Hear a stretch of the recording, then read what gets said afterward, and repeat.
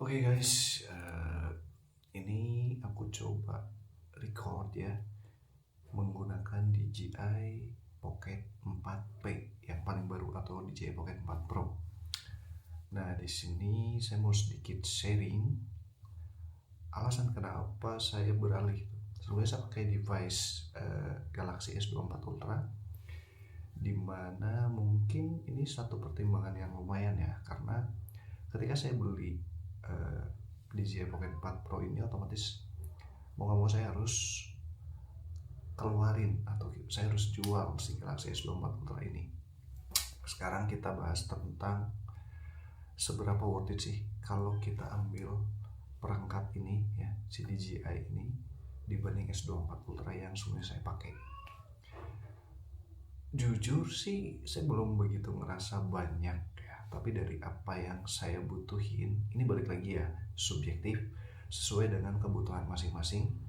Jadi kalau memang ini sesuai dengan teman-teman mau diikutin boleh, kalau nggak sesuai ya nggak apa-apa gitu. Ini sekedar sharing aja, dimana sebenarnya saya pakai Galaxy S24 Ultra itu emang dipakai untuk konten juga, dan kontennya tuh memang ada beberapa tempat yang dia tuh udah kontrak gitu ya, maksudnya saya udah biasa dibayar gitu. Ketika konten dibayar sendiri, awalnya saya rasa ya udah oke aja gitu ya, pakai Galaxy S24 Ultra dengan kamera yang oke gitu. Tapi lama kelamaan makin kesini nggak enak juga gitu kan ya, ketika kita udah dibayar, tandanya kita adalah seorang profesional, konten yang kita hasilin pun harus profesional gitu.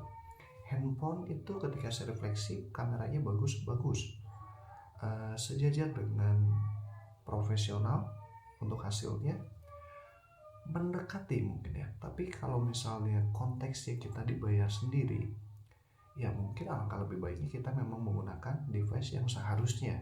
Makanya saya berpikir ya udahlah, saya harus lepas Galaxy S24 Ultra dan saya beli kamera gitu. Terus kenapa sih nggak beli kamera mirrorless aja gitu ya, dengan budget DJI Pocket 4 Pro sendiri ini kan harganya mungkin kita bisa juga ambil mirrorless. Alasannya simpel aja teman-teman. Pertama, saya jujur biasa konten pakai handphone dengan mode yang ada di handphone itu untuk kameranya tuh sesimpel itu gitu ya. Ketika kita move ke mirrorless, otomatis kita perlu waktu untuk belajar gitu. Karena jujur saya sama sekali nggak tahu bagaimana cara mengoperasikan, bagaimana ilmu-ilmu menggunakan kamera mirrorless gitu. Makanya ya opsi menggunakan kamera pocket dari DJI Pocket 4 Pro ini sendiri itu kayaknya pilihan yang paling tepat gitu. Jadi teman-teman jujur ya, kalau saya pribadi dibilang move dari device ke kamera ini worth it apa enggak, ya dengan saya decide untuk membeli ini, saya pikir itu emang paling cocok gitu. Apa ya, ini benar-benar nggak ada skrip ya, makanya yaudah kita ngalir aja.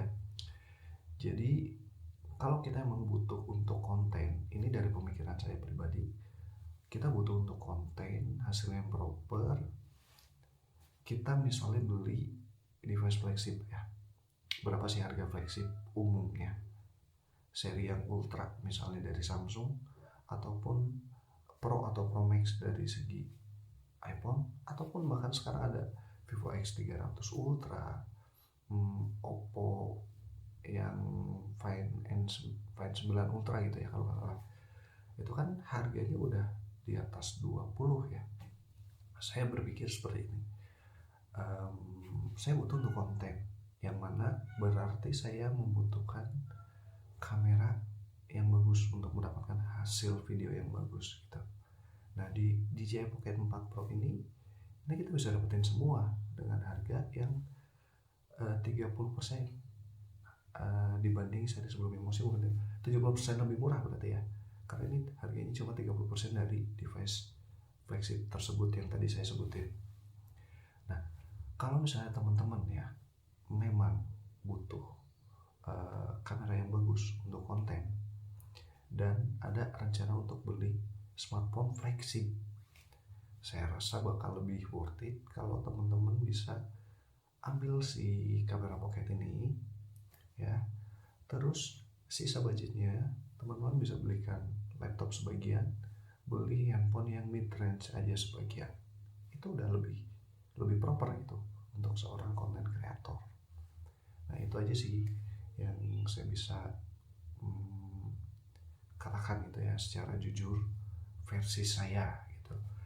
Sejujurnya ya balik lagi ke teman-teman butuhnya tuh device yang seperti apa, teman-teman kebutuhannya seperti apa, memang full untuk konten kah atau hanya sebetulnya perlu device yang proper kah gitu.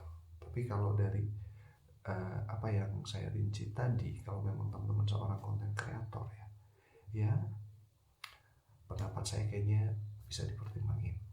Udah sih, itu singkat aja tentang bagaimana saya berpindah dari device flagship Samsung ya versi yang ultranya dan beralih ke DJI Pocket 4 Pro ini.